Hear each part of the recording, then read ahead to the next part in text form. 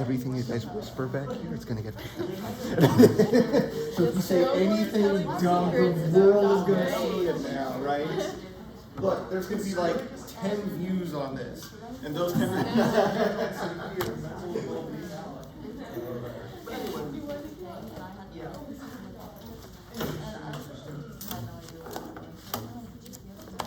Alrighty, so we're back. See, no pitchforks in hand, so you guys aren't too mad at me. Not yet, because I haven't graded them yet, right? But don't worry, I started grading, not too bad, right? Couple of minor issues here and there, but that's to be expected, right? We're learning along the way. But anyway, I should have them back to you guys. Your emails back to you guys on Monday, hopefully there. Unless I get lazy over the weekend. It is a possibility. Huh? Did you see it seriously as I went through? No, I haven't particularly got that. But anyway, let's get started with some prayer, and then we'll finish up chapter 3 today, hopefully. But Lord, we just thank you yet again for another day that we can be here, or that we can gather together, and we can just start to learn a little bit more about you, Lord, and the world that you created. Lord, I just pray that you just help us to understand what it is that you want us to know today, Lord. Just sharpen our minds, right, Lord, just to begin to understand you a little bit more, Lord, and just to see the beauty that you created around us. Lord, we just pray that we can reflect you to others. We pray, Lord, that you give us the strength and the courage just to speak your name to the people needed here today, Lord. We pray that we can be the good and faithful servants that you want us to be, Lord, and give us the strength and the courage to do that. We just ask this in your name. Amen. All right. So we're going through, and we're going to get to the easiest part of everything that you guys ever do in your life. Yeah. Nobody believes me. Crap. Thank you.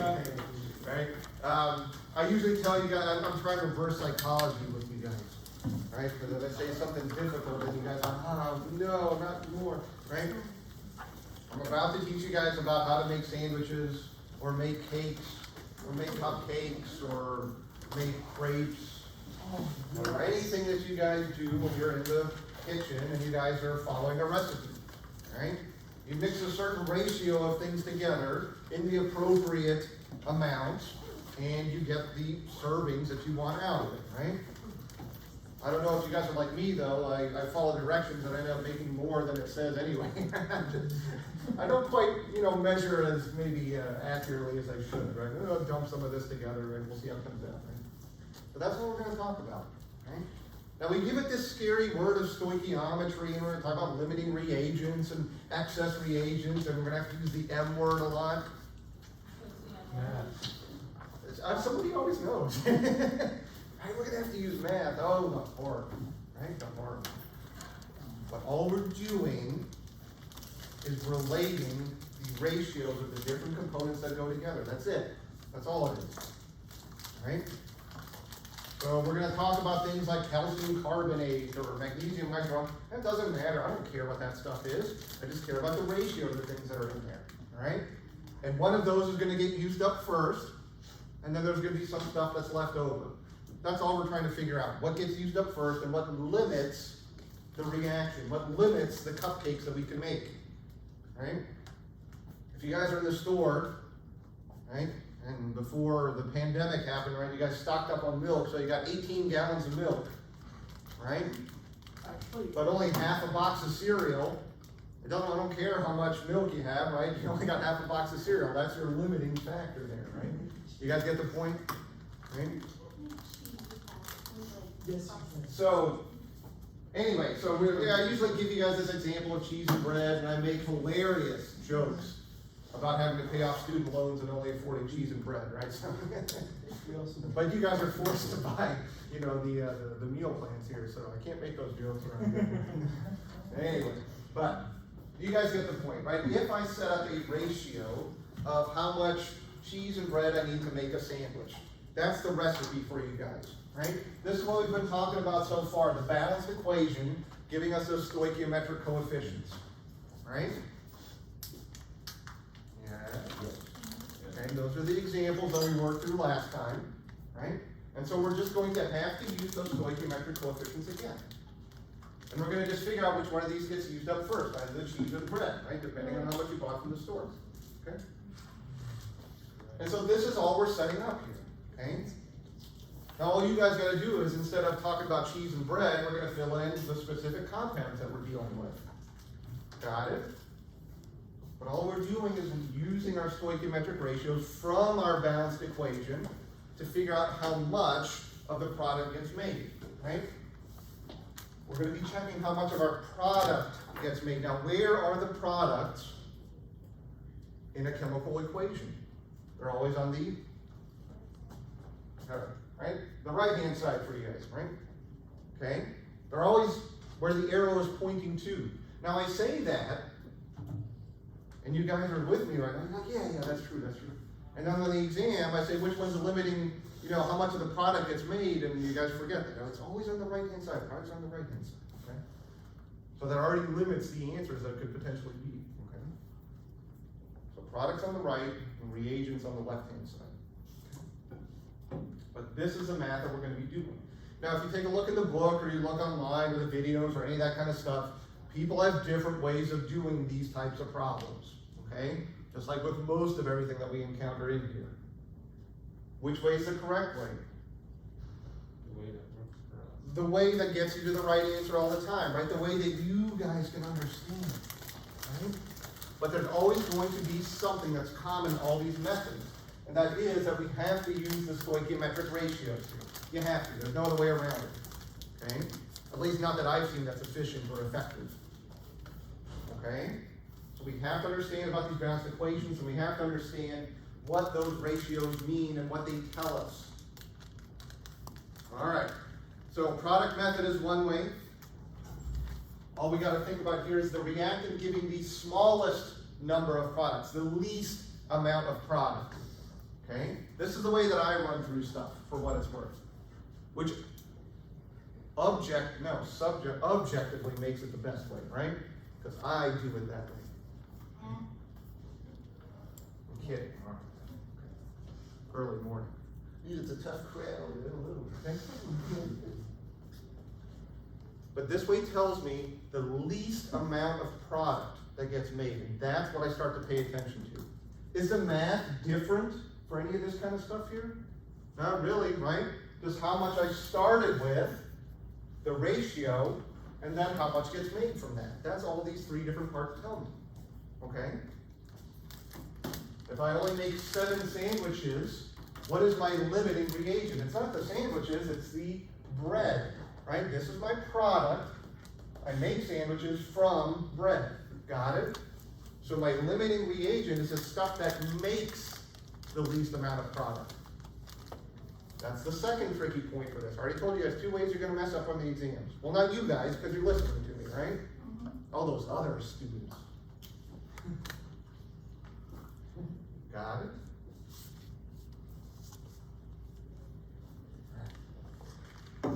So, we run through our math, we figure out which one makes the least amount of sandwiches, and that tells us the limiting reagent, okay? The other way of doing it is we compare our starting materials, right? We compare our starting materials. We use the same kind of math, we use our same types of ratios, but we compare relatively how much cheese and bread that we start out with, okay? Now, the other thing that we have to think of is how much of the stuff we have left over, okay? And so here's where our terminology starts coming in, okay? We're going to talk about limiting reagent, and we're going to talk about excess reagent. But guess what? If you're the limiting reagent, guess what you aren't?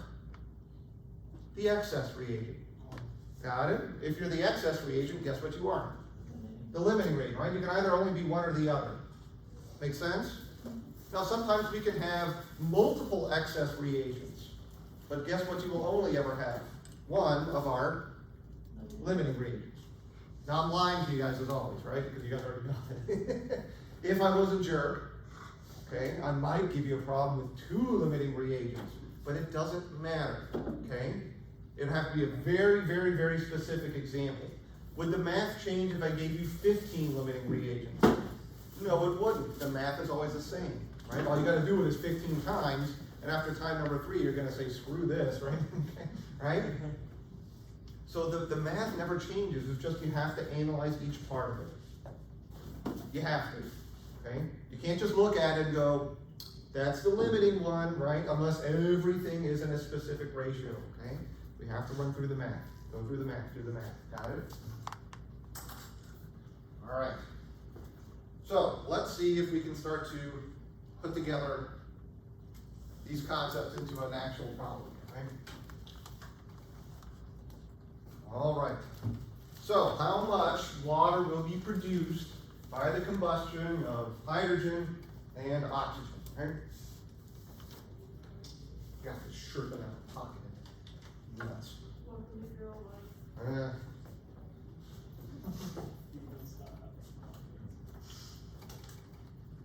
Give you guys a second to copy this down. I'm going to ask you the important question. See if you guys remember what happened way back on Wednesday.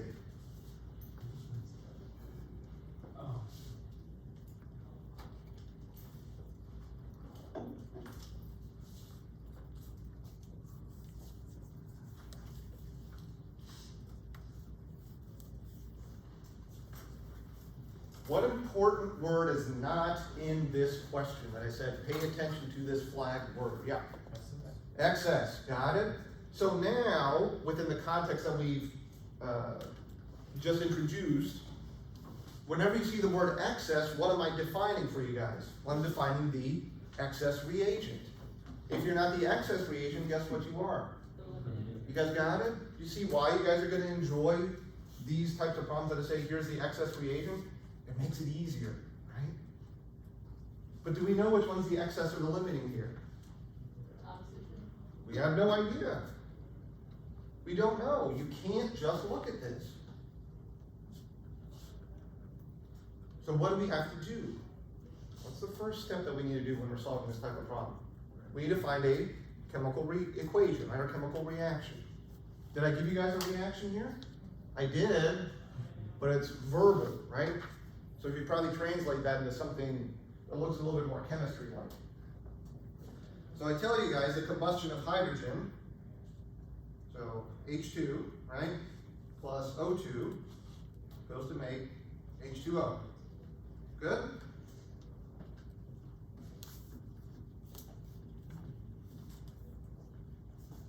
Where did our other oxygen go? Ah, what do you mean?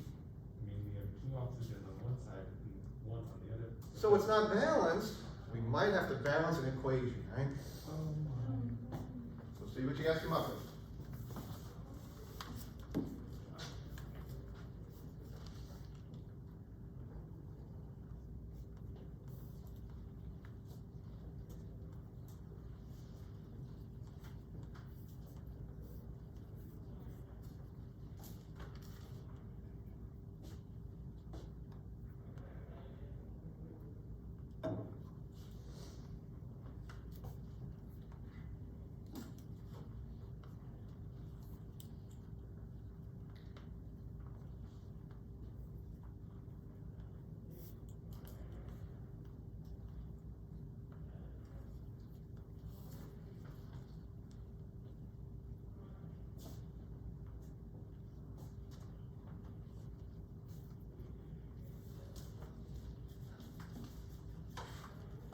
Step 1, write out our reaction.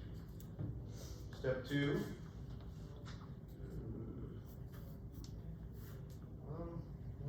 you're missing your ratios.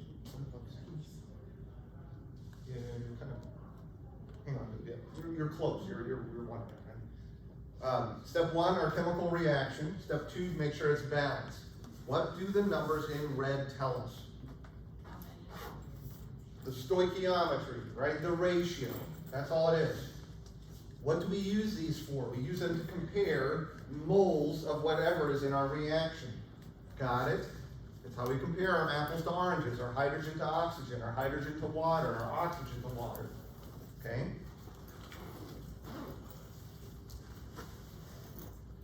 Uh-oh. We're giving units of grams. So what's probably going to be our first conversion? Grams into moles, and then moles into moles, and then moles back into grams. Got it?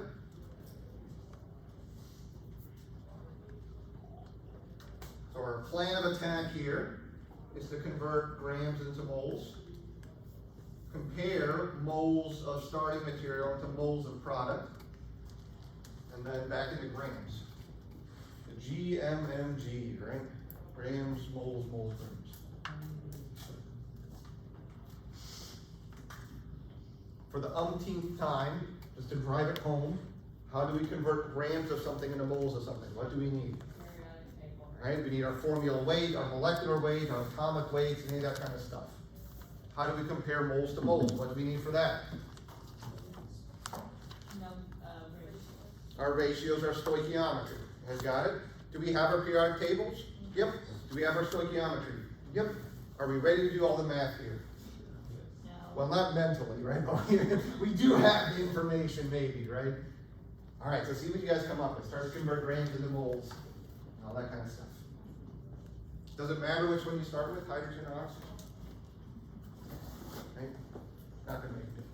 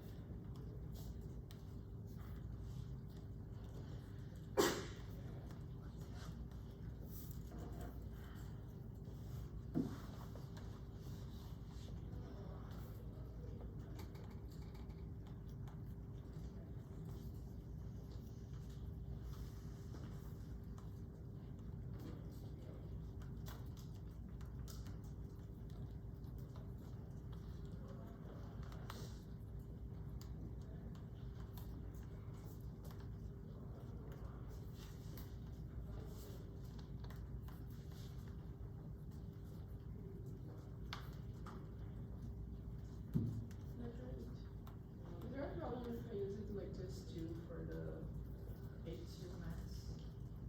No, that's okay. Yeah, it's not gonna make that big of a difference, yeah. Like I said, that also depends, that kind of depends on what version of the periodic table you guys use. Some they say 1.01, some say 1.008, that kind of thing. Good.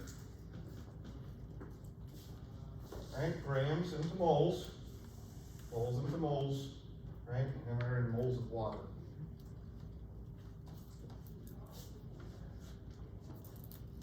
What's the last thing we might need to do? Convert back into grams.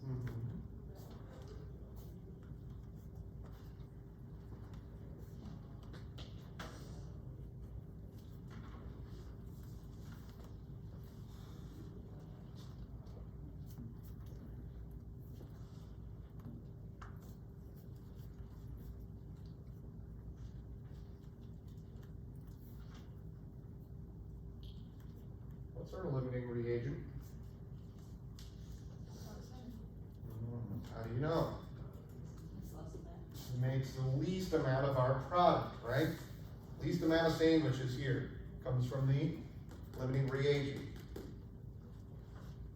But we started out with 100 grams of it. It's got to be more. 100 is more than 25 grams, right? Is that how we compare things? No. We need our stoichiometric ratios and we need moles, okay? Do not fall into the trap of just saying 100 is more than 25, okay?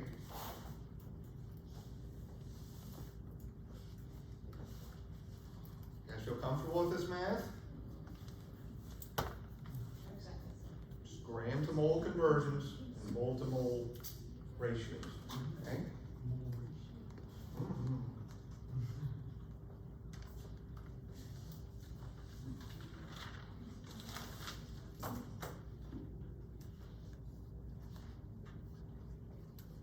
All right, have at it.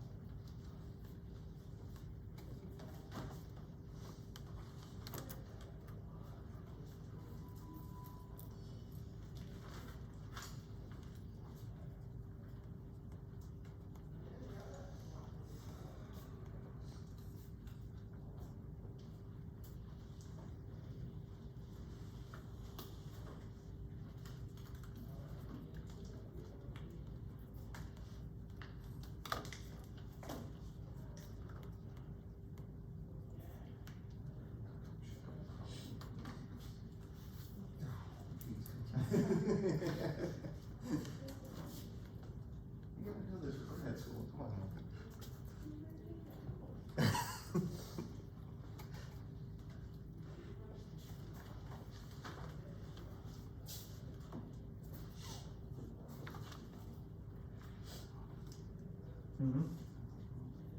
What notebook is it?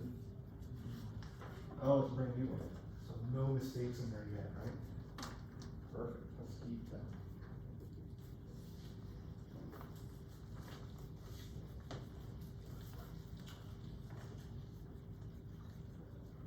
How's this problem different from the last one?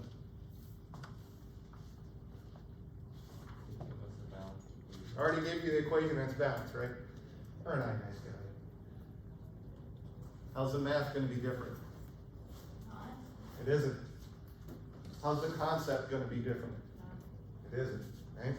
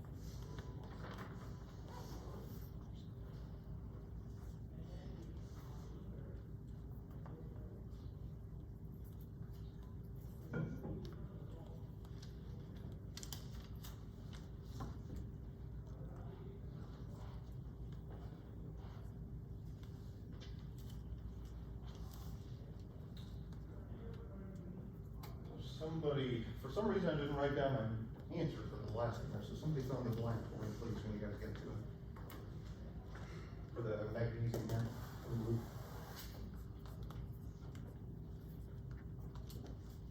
I think it's gonna be like 240 something like that.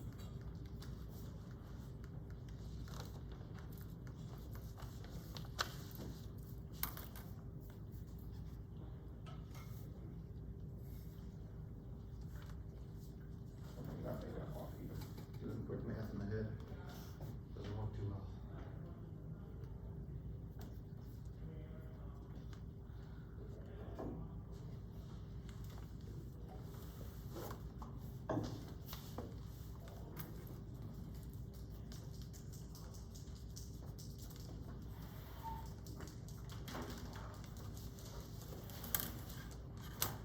What you got? Oh, no. Huh? 858? Oh, that was all right. Wow. I turned it up with about 500. So we got 800, we got 500. Let's see, so 75 times 278 divided by 24.3. That's gonna be a pretty good number, right?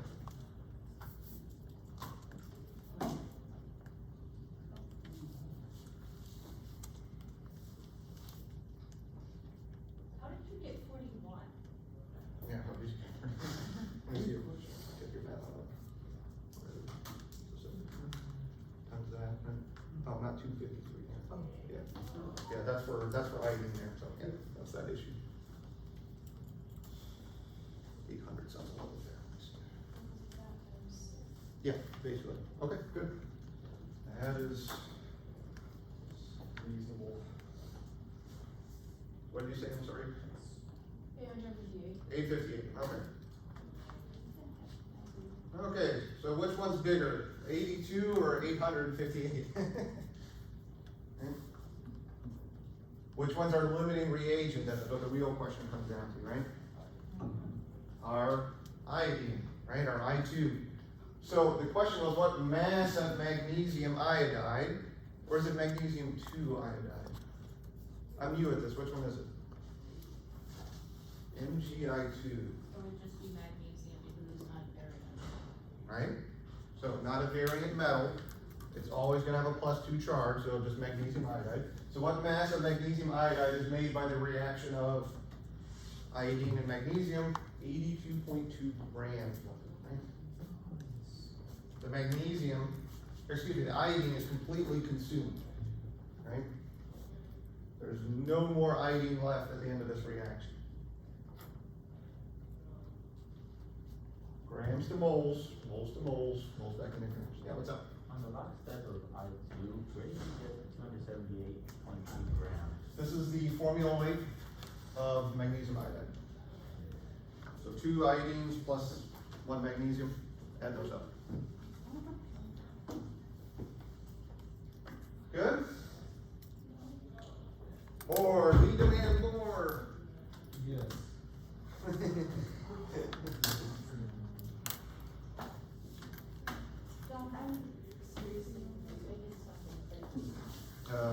don't think it's 115, I think that's what it is.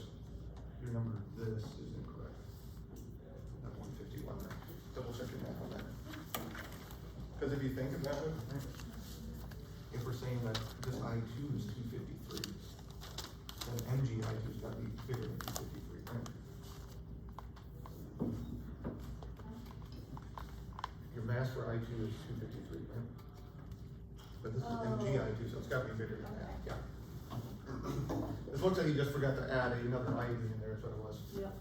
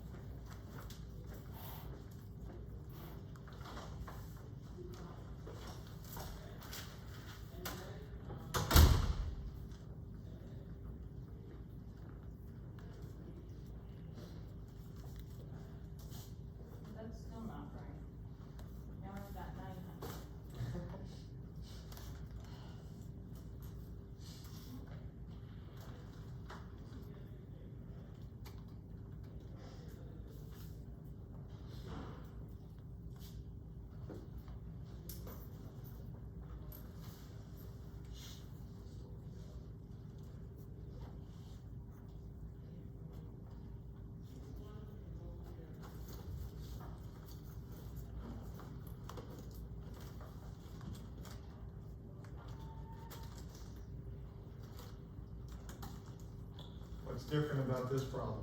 Reagent unbound. How's the math gonna change? It isn't, right?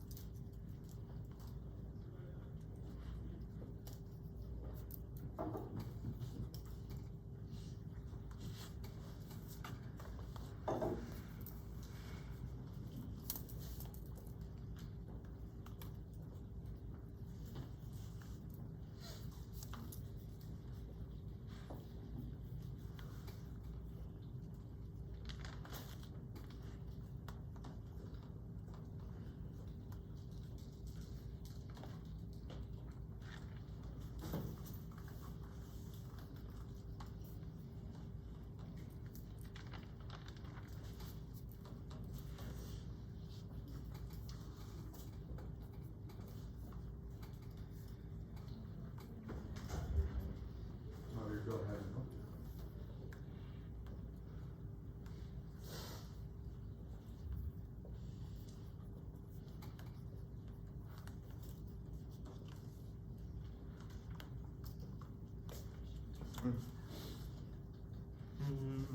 Got that up there.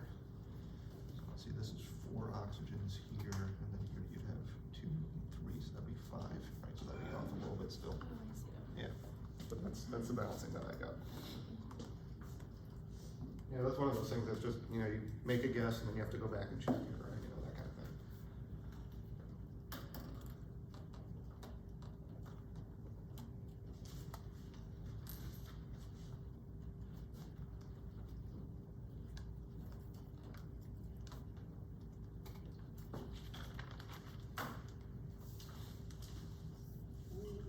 I don't remember what the number is. I'd have to go look it up, but it looks to be, right, your math is correct.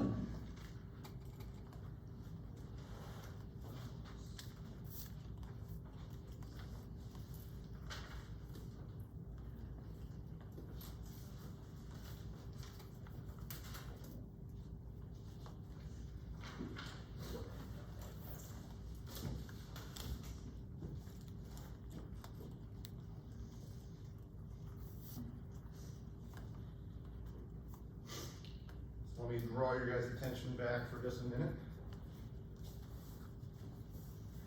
So what is this question asking us to basically figure out, right? It's asking us to figure out how much of a product gets formed. So we know the math, right? We know the steps to get there. Equation, balance, your GMMG conversions, right? But we just need to figure out what our limiting reagent is, right? So our limiting reagent makes the least amount of our product. Got it? So that's our goal, to figure out which is our limiting reagent, right? Do we have to convert everything into grams to begin with? Or could we just compare how many moles of our product gets formed? You guys get the point I'm asking? What difference does it make? If I say I make 1 mole of my product versus 17 moles of my product,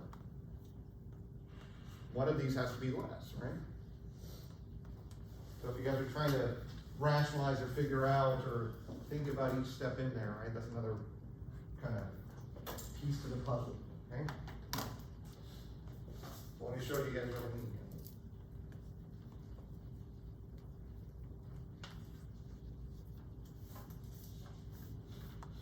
Grams into moles, right?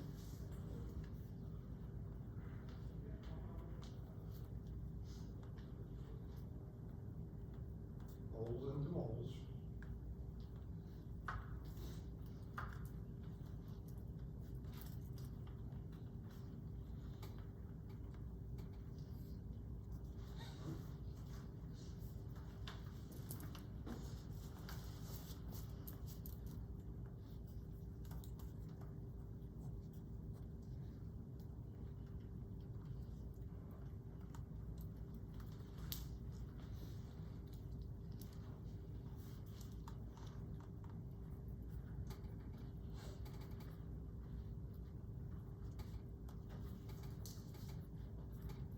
That's our limiting reagent.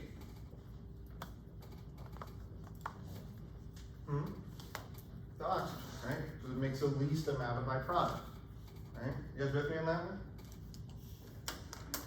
Now, if I specifically ask you what mass of NO, then what am I asking you to figure out? Mass is reported in units of grams, got it? So if I just ask you how much of the product gets made, could you give me an answer in moles? Yeah. Yeah, right? Because a mole is just a quantity, right? It defines a quantity. Sound good? So all I'm gonna do here is convert one of these back into grams.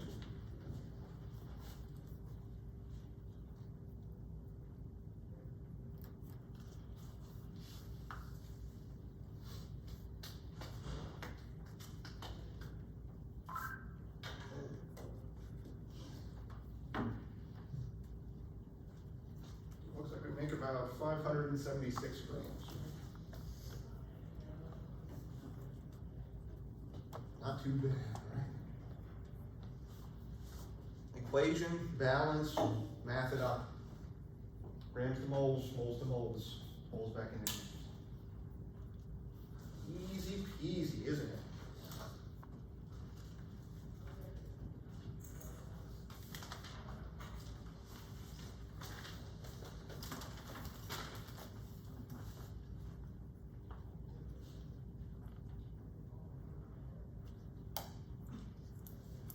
We'll talk about one specific, oh, I'm sorry, what's up? That H2O, does that have to do with oxygen, except for the balance part? Yeah, I could have asked this question, so that's a good question, right?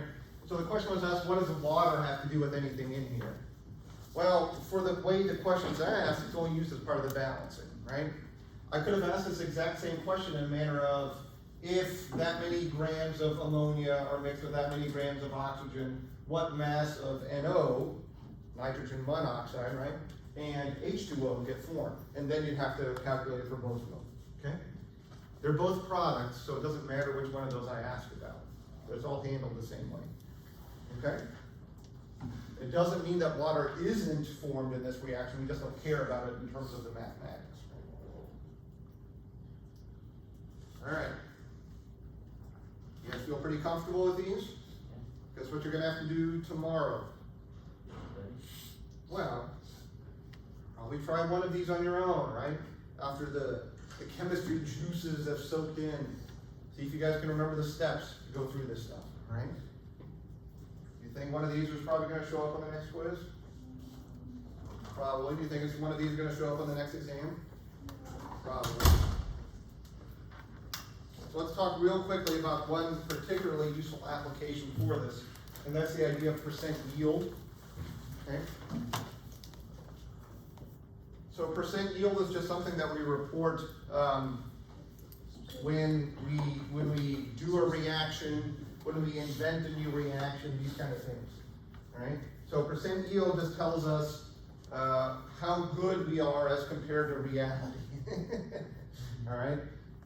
And so what we mean by that is this: we have what's known as an actual yield, which is I'm in the lab, I'm doing this stuff. I run the reaction, that's how much I actually made, right? The theoretical yield is what you guys have been calculating all along. In theory, right? Let me scroll back up here because I forgot the numbers. In theory, if I ran this reaction, I should make 576 grams. In the perfect world. Well, what do we know about perfection?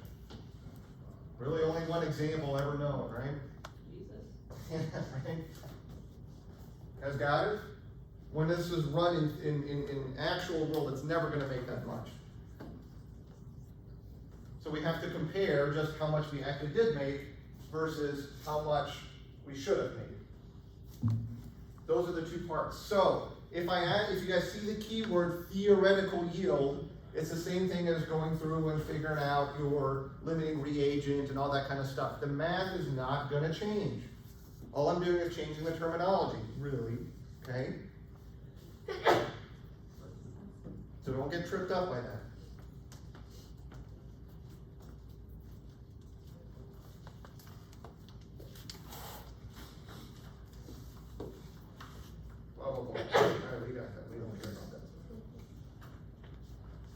So, some copper is heated with excess sulfur, and it made that much of my product. What is the percent yield of this reaction?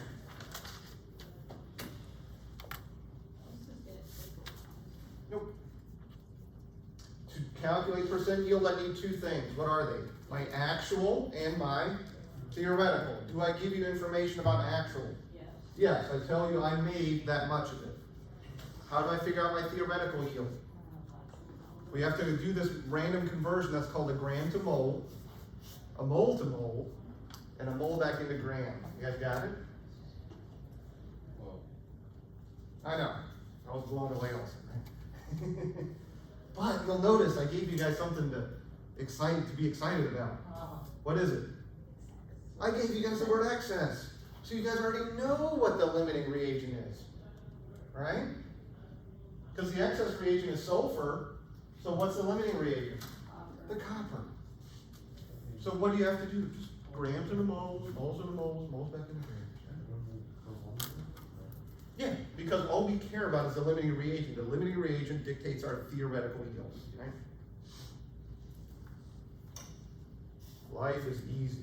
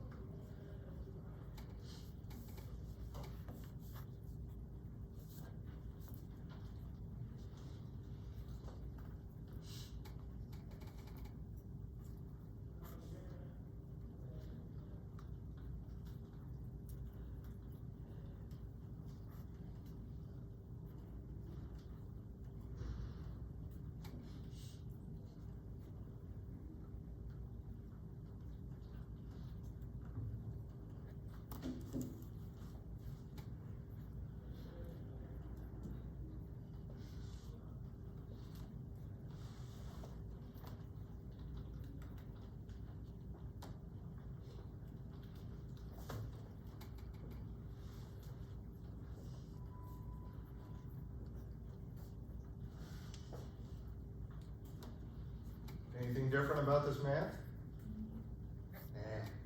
Anything different about this setup? Nope. What does my 3.131 tell me? That's how much I should have made, right? My theoretical yield.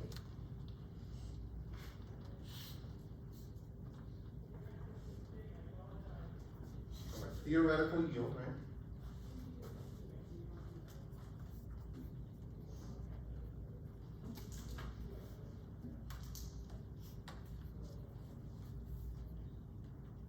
What I actually made was 2.53.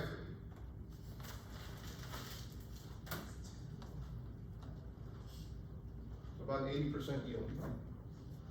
Sounds good to me.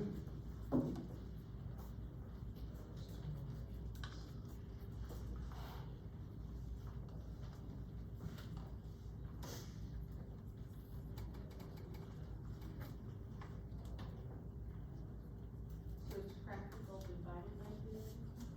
Action. Divided by 2. Yes.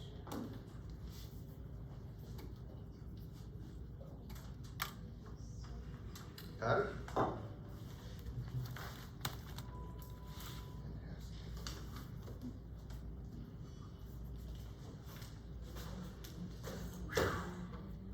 Chapter 3, what a doozy. Get a little bit of a break. Chapter 4. The one you said is gonna get hard. No, chapter 5. Even though chapter 5 is all of one equation. Good question. But we'll get to it. Plenty of tears to come. Really? Mhm. Well, don't worry, because my reserves are all pent up. Good. Just waiting to come out. Just like any healthy male, just store your emotions inside. Absolutely. Don't let them out and don't discuss it with anybody. Right? Any questions about the chapter 3 and theoretical yields and all that kind of stuff? Yeah, what's up? Did you hit a greater percent yield? If you're doing it wrong. What if like your reactants include oxygen, like you it's 5 minutes surrounded by oxygen, so. Well, that would be the excess reagent, right? So your other component would be the limiting reagent. But what if what you had enough of this other component, right? What if To react with all the oxygen on the world? Not all of it, That's not. some of it. There's always gonna be a No, limiting actually, reagent, is what I'm saying, right? Okay. There's always gotta be a maximum theoretical that you can get. That specific thing is something. Now, in lab, you guys have to do like the copper cycle lab, is that coming up for you guys, I think, yes? I wanna build a. Maybe, sort of. I think that's what you guys do. It's actually really, I really like that lab. You guys get to see lots of pretty colors and this kind of stuff. But you guys will be calculating percent yield in there, and you might get over 100%. And then the question is, practically, where would that excess come from, right? And so I think that's one of the post-lab questions that you guys had in there. So, something to think about in the okay. Cool. Chapter 4. So chapter 4 is now that we know everything that there is about every reaction ever, okay? And we've got it 100%, let's start to kind of classify different reactions, what it is, okay? There's gonna be some big topics that come out of here, and it's gonna be precipitation reactions, and we're gonna introduce redox reactions and neutralization reactions. So there's just different types of reactions is all it is, all right? It's not an all-encompassing list by any means. And there's really only gonna be a couple of these that we talk about exhaustively, I should say, all right? So there's not too much math involved here at the beginning, but we'll soon start to get into some of this math as we go along, okay? But you'll notice that we are dealing with aqueous solutions of things, and that's something important to kind of keep in mind, right? All right, so a little bit of definitions and stuff here. Solutions and solvents and solutes and electrolytes and all this kind of stuff, right? So what do we need to know here? Well, whenever I talk about a solution, I guess I should really call it a homogeneous mixture of substances. You know, you could have more than two things in there, but I think you guys get the idea. So are you gonna teach us how to make Gatorade? You guys already know it, because just salt and orange juice is basically what it is, right? And add extra sugar. Lots of. Yeah.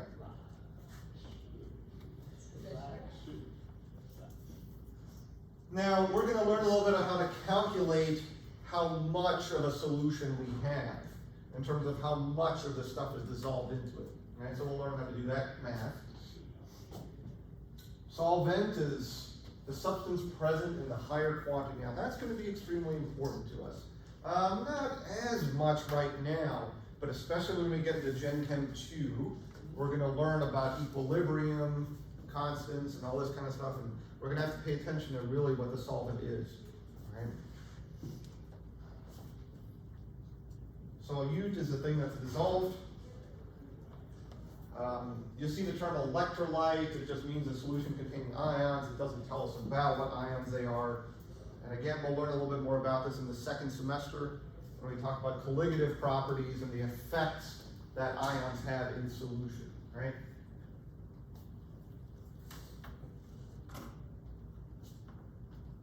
Now, there are strong electrolytes, there are weak electrolytes, there are non-electrolytes. We'll start to talk a little bit more about this as we go through it. But I just wanted to give you guys kind of a brief summary of the different definitions of things and stuff that we're going to be getting to in here, okay?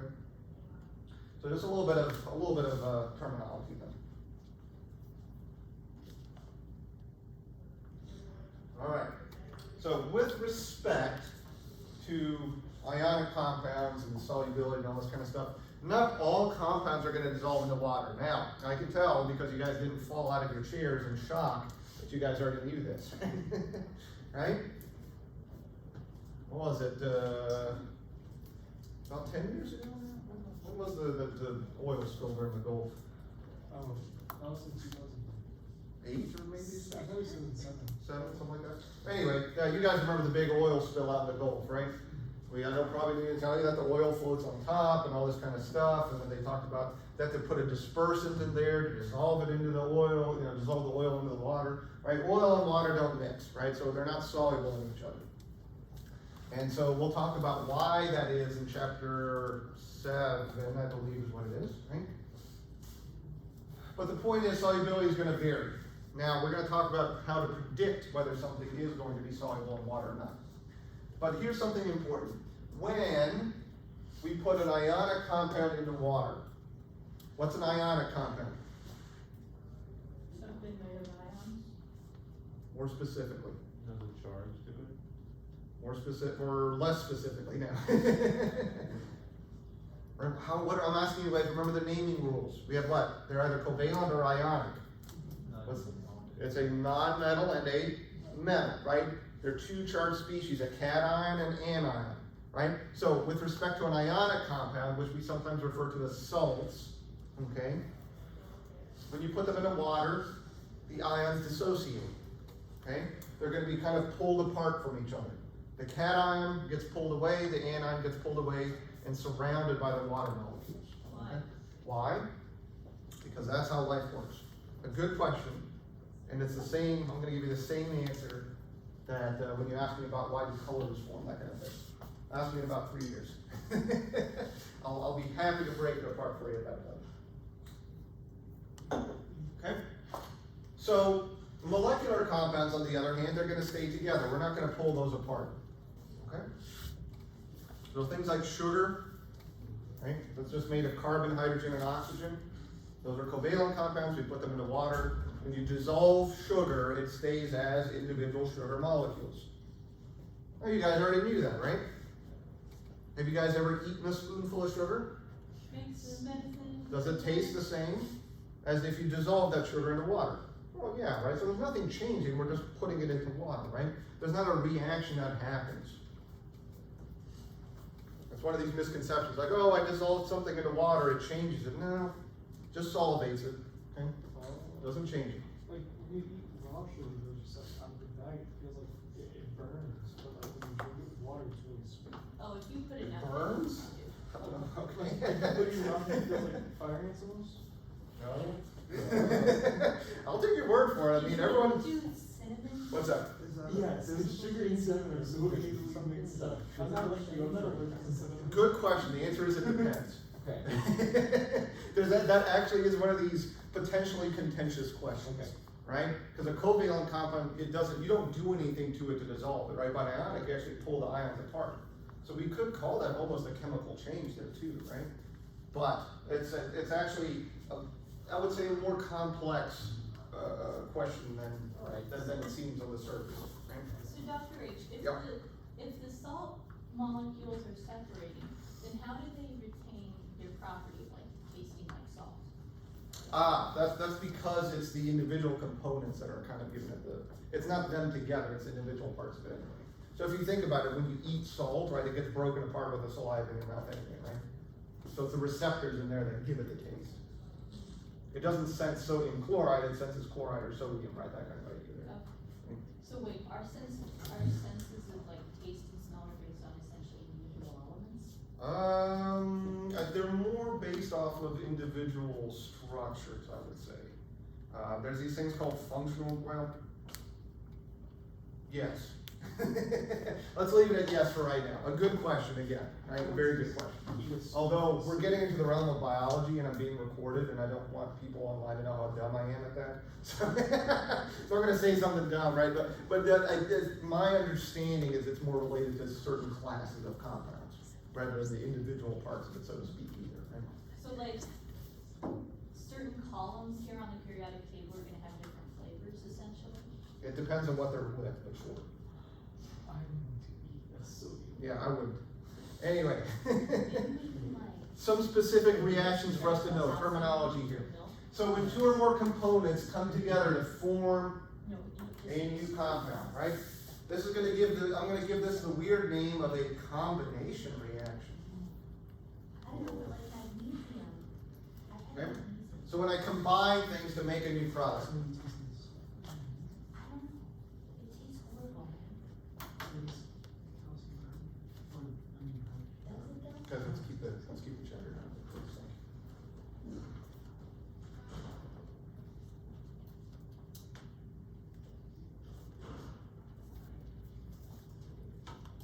Now the opposite of a combination reaction is when I take one thing and I break it apart. That would be a decomposition.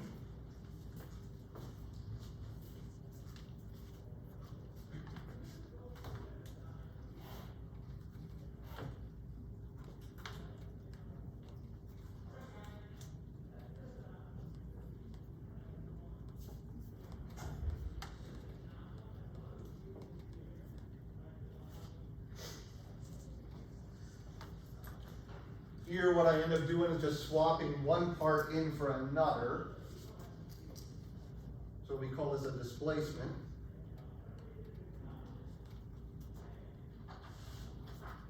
Last one here. Swap one part for each one of it.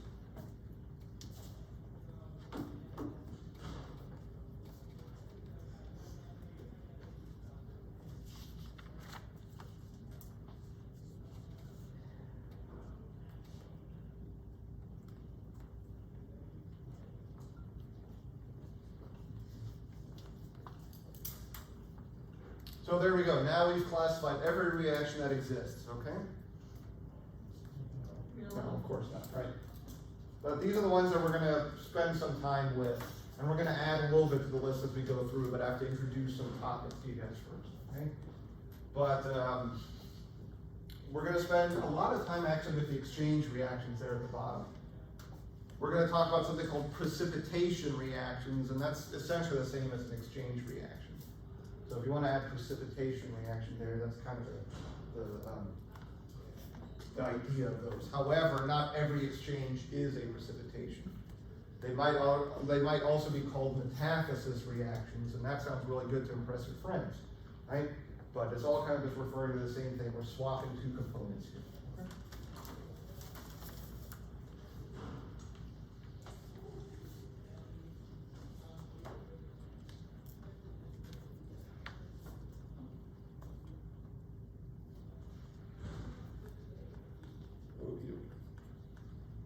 So there's a couple of quick slides about examples of these things.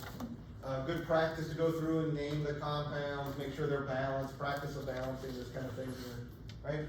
We're just mixing two things together, right, to making something new. For the magnesium there on the top, you guys should be able to predict that reaction based off of the charges, right? Magnesium has a +2, oxygen's gonna have a -2, we should be able to make magnesium oxide from that, right? The zinc would work the same way, zinc's always a +2, iodine's a -1, so it should make sense, the formulas that get made from these, okay? The one on the bottom, we can't quite do yet, right? But we're gonna learn kind of how to start to understand some of those, okay? But there it is. We just combine two parts, we make one thing new, right? Got it. Decomposition is the opposite direction. We usually see these associated with high heats. We used to do a reaction where well actually I think you guys are gonna be doing that with the copper there. Yeah, kind of. Well, we used to do a lab with you guys with magnesium where we used to decompose some of these products using flame and high heat and all this kind of stuff.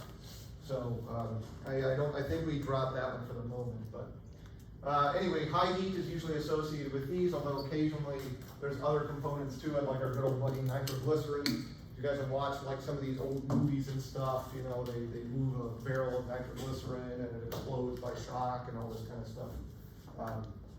But we're just breaking one component into many is what it is, right?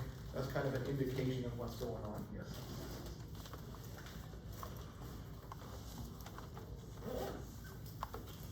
Now, I remember, and unfortunately, I'm not going to do it for you guys, but so I did my undergraduate, and we had this big, kind of like stadium type seating, right? So it was like a 2-story room, and right, the professor was at the bottom, and she actually did the thermite reaction for us. And I was about halfway up, and I still felt the heat off of this thing, right? And it was indoors, obviously, and there's like 200 of us in the room and 4 exits, so if things went wrong. But if you guys have never seen the thermite reaction, it's absolutely amazing. It is absolutely amazing. I know Mythbusters did quite a lot with thermite, and if you just go into YouTube and you search for thermite reactions, it's absolutely astounding what happens with that. And we're going to talk a little bit about how the thermite reaction happens, but it's this guy here, right? The aluminum and rust essentially makes molten iron. It is absolutely amazing. So you're saying if we put aluminum foil on a rusty bike? No. I'm saying I'm leaving something out because I don't trust you guys. I'm on to your guys' tricks is what I'm saying, right? But this is where we're going to probably be spending most of our time here. So now there's something important I want to point out. I know you guys are packing up. Bear with me for a minute, right? So when we're dealing with these exchange reactions, right? Now it's really going to be important, well, actually with all of these, but now it's gonna be really important to start to pay attention to the states that everything is in. Whether they're aqueous or gas or liquid or solids, it's really gonna be important to start to pay attention to that. Especially when we get into this idea of precipitation reactions. And here's what I mean. So imagine I've got an aqueous solution of lead nitrate. That means I've dissolved my lead nitrate. Got it? I have an aqueous solution of Potassium chromate. potassium chromate, right? Beautiful purple solution, okay? So I mix these together and I precipitate out my lead to chromate. How do I know that I precipitated out? Because look what happens, right? Aqueous, aqueous, aqueous, and then I have one thing that forms a solid. That's what we're going to start to be able to predict. How do we know that we're going to precipitate lead to chromate? Okay? All right. I will see you guys on Monday. Hang on just a second. Okay. Turn this off back here.